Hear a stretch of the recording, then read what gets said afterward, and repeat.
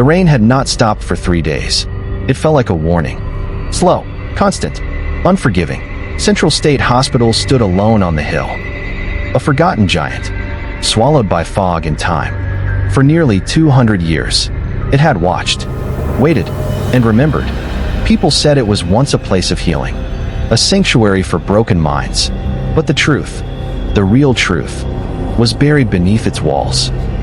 In 1826, the hospital first opened its iron gates. Back then, it was called a place of hope. Doctors arrived with confidence, nurses with compassion, patients with fear, but something was wrong. From the very beginning, the land itself felt wrong.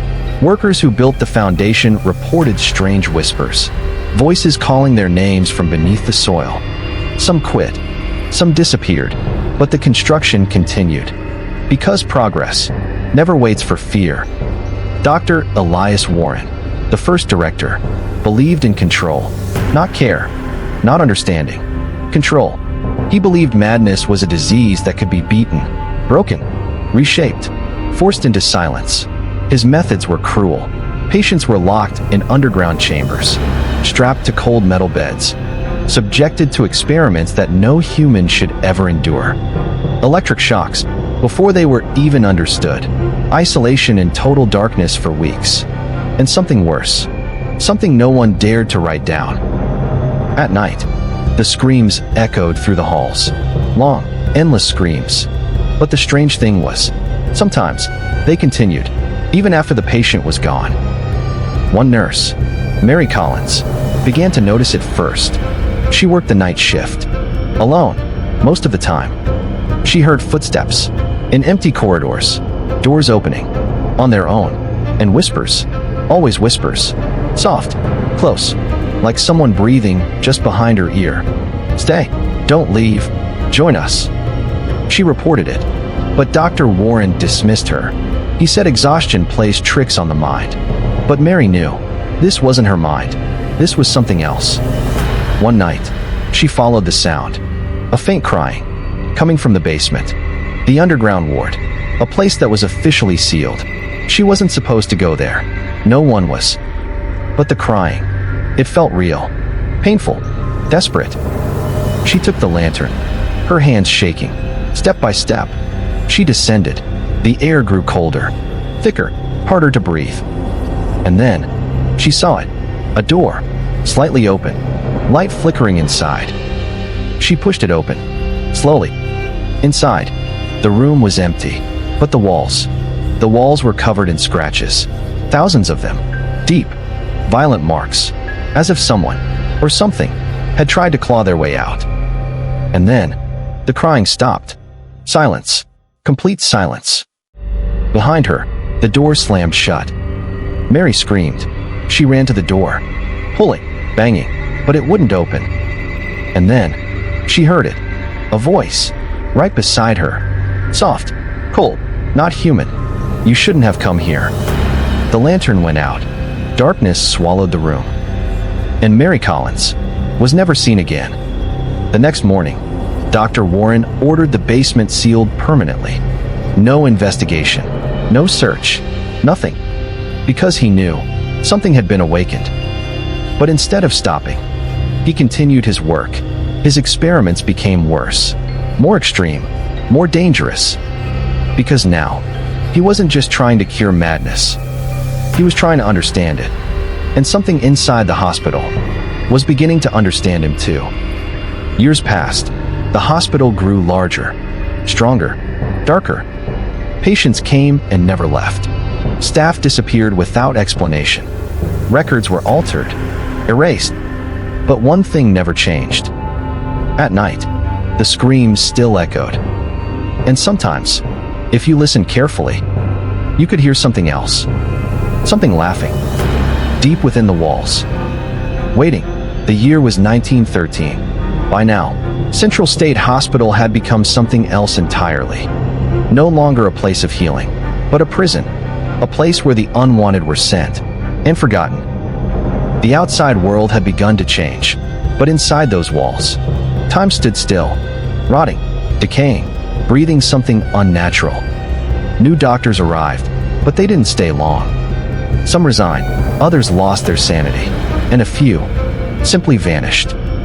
One of them was Dr. Henry Clark, a man known for his rational mind, a skeptic, someone who didn't believe in ghosts or curses. When he first arrived, he laughed at the stories. Just fear, he said, nothing more. But the hospital had a way of changing people. His first week was normal, patients screaming, hallways echoing, nurses whispering behind his back. But on the 7th night, everything changed. He was reviewing files, old records, faded ink, names crossed out, notes scribbled in panic. One file caught his attention. Mary Collins, missing, status unknown, last location, basement ward. The basement again. Dr. Clark frowned. He asked the staff about it, but they avoided the question. Eyes shifting, voices trembling. That place is closed. Sir, best not to ask. But curiosity is a dangerous thing. That night, he took the keys and went down. The same staircase, cold air, heavy silence. But this time, something felt different. As if the hospital knew he was coming. The door to the basement was already open. He hesitated, just for a moment, then stepped inside. The darkness was deeper than it should have been, almost alive. He turned on his lantern and froze. The walls, they weren't just scratched anymore. They were moving. Slow, shifting patterns, like something breathing beneath the surface. He stepped closer, and then the whispers began. Not one voice, hundreds, thousands, all speaking at once. Help us. Set us free. Stay with us. Dr. Clark dropped the lantern. It shattered. Darkness again. And then, he felt it. Hands. Cold, invisible hands. Grabbing him, pulling him down. He screamed, but no one heard him. Because above, the hospital was silent. Too silent. The next morning, Dr. Clark was found, standing in the hallway. Motionless, eyes wide open. But something was wrong. His eyes, they weren't his anymore. And when he spoke, it wasn't his voice. They're awake. After that, things got worse.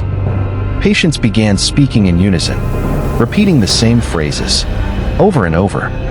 Doors slammed without reason. Lights flickered constantly. And at night, figures were seen, walking through the halls. Patients who were already dead, or something pretending to be them. The hospital was no longer hiding it. Whatever lived inside was growing stronger, feeding, waiting for something. The year is 2026. The hospital has been abandoned for decades, or at least, that's what people believe. The building still stands. Broken windows, crumbling walls, rust covering every surface. But it's not empty. It has never been empty. A group of explorers arrive, cameras in hand, laughing, mocking the stories. 200 years of horror. One of them jokes, "Let's see what's left." They enter through the main gate. The air changes instantly. Heavy, cold, watching. Their lights flicker, but they keep going. Room by room, hallway by hallway. Everything feels wrong, as if the building is breathing. They reach the central hall, and then they hear it. A faint sound, a scream. Not loud, but distant. Endless. They freeze. Did you hear that? Silence. Then, another sound. Footsteps. Coming from behind them. They turn. Nothing there. But the camera, it captures something. A figure, standing in the darkness, watching them. Not moving. Not human. They run. But the doors, they don't open. The hallways shift. Change. The hospital is alive again. One by one, they disappear. Screams echoing through the halls. Just like before. Just like always. Because Central State Hospital was never just a building. It was a trap. A place where pain never leaves. Where voices never fade. Where the past is still alive, waiting for the next visitor. And if you ever hear a whisper in the dark, calling your name, don't answer, because once you do, it will never let you leave.